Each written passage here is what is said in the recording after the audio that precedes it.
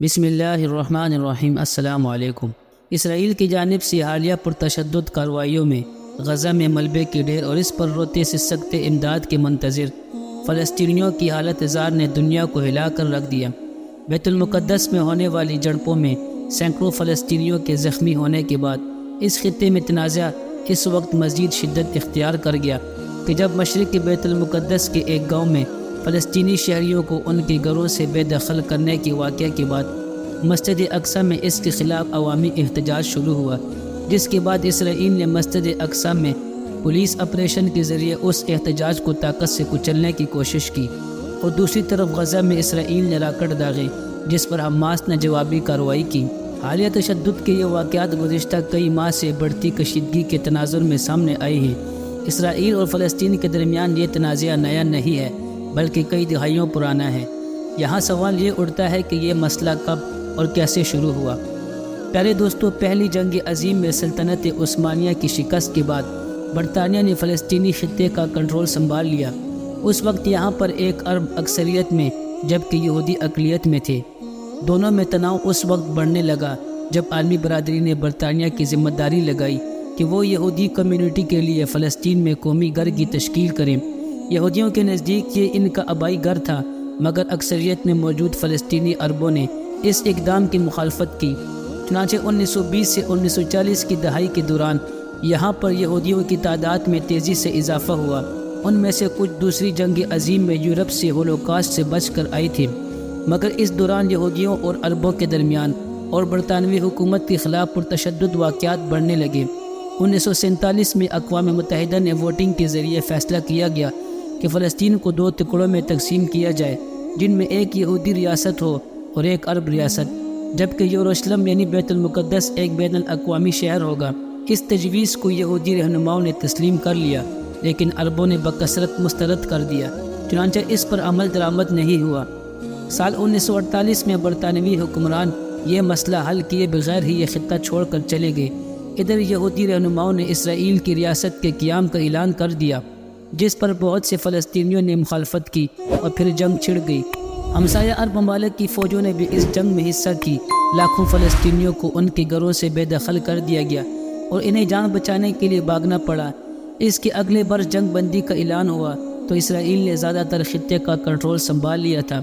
اردن نے جو خطہ حاصل کیا اسے ویسٹ بینک یعنی غرب اردن کہتے ہیں، اور مصر نے غزہ کی پٹی سنبھال لی۔ بیت المقدس کے مغربی حصے کو اسرائیلی فورسز نے سنبھال لیا، جبکہ اردن کی فوج نے مشرق کا کنٹرول لے لیا۔ کیونکہ یہاں پر امن معاہدہ نہیں ہوا، اس لیے ہر فریق نے اپنے مخالف پر الزام دوہرا اور مزید جنگیں بھی ہوئی، اور کئی دہائیوں سے یہ سلسلہ جاری ہے۔ لہٰذا 1967 میں ایک اور جنگ کے بعد اسرائیل نے مشرقی بیت المقدس اور غرب اردن کے ساتھ شام میں گولان کی پہاڑیوں، غزہ کی پٹی اور مصر میں ابنائے سینا پر بھی قبضہ کر لیا۔ زیادہ تر فلسطینی جو اب پناہ گزین بن چکے تھے یا ان کی آنے والی نسلیں اب غزہ کی پٹی اور غرب اردن میں رہتے ہیں۔ ان کے بہت سے فلسطینی رشتہ دار اردن، شام اور لبنان میں مقیم ہیں۔ نہ پناہ گزینوں کو اور نہ ہی ان کی نسلوں کو اسرائیل نے ان کے اپنے گھروں میں لوٹنے کی اجازت دی۔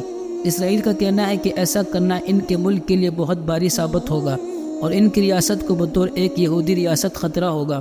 آج بھی اسرائیل غرب اردن پر قابض ہے، تاہم اس نے غزہ کی پٹی سے فوجی نکال لی ہیں، مگر اقوام متحدہ آج بھی اس علاقے کو مقبوضہ مانتا ہے، اور اسرائیل پورے بیت المقدس کو اپنا دارالخلافہ مانتا ہے، جبکہ فلسطینی مشرقی بیت المقدس کو مستقبل کی فلسطینی ریاست کا دارالحکومت مانتے ہیں۔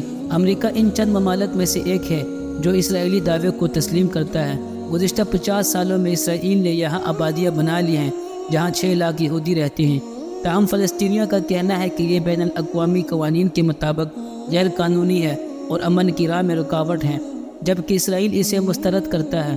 اسرائیلی اور فلسطینی جو مشرقی بیت المقدس، غزہ کی پٹی اور غرب اردن میں بستے ہیں، ان کے درمیان ہمیشہ تناؤ رہتا ہے۔ اسرائیل اور مصر سختی سے غزہ کی سرحدوں کی نگرانی کرتے ہیں تاکہ حماس تک ہتھیار نہ پہنچے۔ غزہ اور غرب اردن میں رہنے والے فلسطینیوں کا کہنا ہے کہ اسرائیلی پابندیاں اور کارروائیاں ان کی مشکلات میں اضافہ کرتی ہیں، اگرچہ اسرائیل کا کہنا ہے کہ وہ تو صرف خود کو فلسطینی تشدد سے بچا رہے ہیں۔ در حقیقت اسرائیل فلسطینی اتھارٹی کو آزاد اور خود مختار اسٹیٹ کے اختیارات دینے پر راضی نہیں، اور فضائی، بحری اور زمینی راستوں پر پوری طرح اسرائیل کا کنٹرول ہے۔ فلسطینی نہ اپنی مرضی سے کہیں جا سکتے ہیں، نہ آ سکتے ہیں، اور نہ ہی تجارت کر سکتے ہیں۔ اس کے علاوہ یہودی بستیوں کی آباد کاری میں بھی شدید بے رحمی کا مظاہرہ کیا جاتا ہے۔ اسرائیلی فوجیں گھر والوں کو چند دن قبل اطلاع دے دیتے ہیں کہ وہ اپنا گھر خالی کر دے، ورنہ سرکار کسی جانی یا مالی نقصان کی ذمہ دار نہیں ہوگی۔ اسرائیلی حکومت کی پالیسیز کس قدر بے رحم اور بے لچک ہیں کہ فلسطینی باشندوں کو اپنا سامان اور بال بچے سمیٹ کر اسرائیل کی حدود سے باہر جانا پڑتا ہے۔ جو فلسطینی کرائے کا گھر افورڈ کر سکتے ہیں، انہیں بھی بہت سی یہودی بستیوں میں کورٹ کے فیصلے کے باوجود گھر کرائے پر نہیں دیا جاتا۔ کئی دہائیوں سے لاکھوں فلسطینیوں کو طاقت کے زور پر ان کے گھروں سے نکالنا اور انہیں ہمسایہ ممالک اور غزہ میں پناہ لینے پر مجبور کرنا اصل میں انسانی حقوق کا مسئلہ ہے، اور اسے بین الاقوامی قانون کے تناظر میں دیکھنا چاہیے، اور یہی تناظر فلسطینیوں کے حق میں بھی جاتا ہے۔ ماضی کے حقائق پر نظر رکھی جائے تو ایسے متعدد معاملات ہیں جن پر فلسطینی اور اسرائیلی تاحال اتفاق نہیں کر سکے۔ تاہم ان دونوں فریقین کے مابین مرکزی مسائل یہ ہیں کہ غرب اردن میں یہودی بستیاں رہیں گی یا نہیں، اور فلسطینی پناہ گزینوں کا کیا ہوگا، کیا دونوں فریق بیت المقدس میں اکٹھے رہ سکتے ہیں، اور سب سے مشکل امر یہ ہے کہ اسرائیل کے ساتھ ایک فلسطینی ریاست بننی چاہیے۔ ان وجوہات پر گزشتہ 25 سالوں سے دونوں فریقین کے درمیان امن مذاکرات وقتاً فوقتاً ہوتے رہے ہیں، مگر تاحال معاملات حل نہیں ہو سکے۔ یا اللہ فلسطین کے مسلمانوں کو اسرائیل کے ظلم سے نجات فرما۔